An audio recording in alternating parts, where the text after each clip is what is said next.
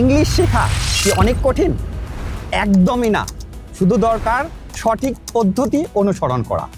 আমি আপনাকে এই 5টা পদ্ধতি যদি বলি এবং এটা যদি আপনি প্র্যাকটিস করেন, আপনি খুব সহজে ভালো একজন ইংলিশ স্পিকার হতে পারবেন।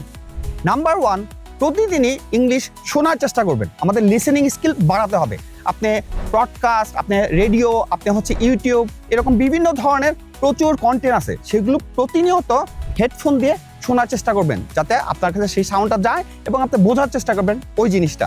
নাম্বার 2, অল্প অল্প করে ইংলিশ বলার চর্চা করতে। হতে পারে আপনার নিজের সম্বন্ধে, কাজ সম্বন্ধে, হতে পারে আপনার ইন্টারেস্ট কিংবা অন্য কিছু সম্বন্ধে।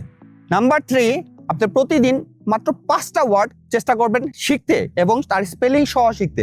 এই ওয়ার্ডগুলো দিয়ে সেন্টেন্স মেকিং এর চেষ্টা করবেন। পাশাপাশি এই ওয়ার্ডের যে সিনোনিমগুলো আছে সেগুলো দিয়েও সেন্টেন্স মেকিং তৈরি করার চেষ্টা করবেন।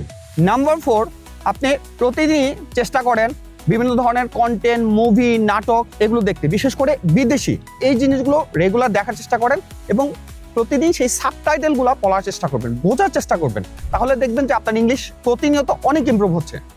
নাম্বার 5, আপনি চেষ্টা করবেন প্রতিদিনই বিভিন্ন দেশের মানুষের সাথে কথা বলতে ইংরেজিতে, স্ট্রেঞ্জার যাদের সাথে আপনি টোটালি চেনেন না, বিশেষ করে বিদেশির সাথে। এই জিনিসগুলো যদি কন্টিনিউ করেন, আপনার ইংলিশ অনেক অনেক ইমপ্রুভ হবে। All the best.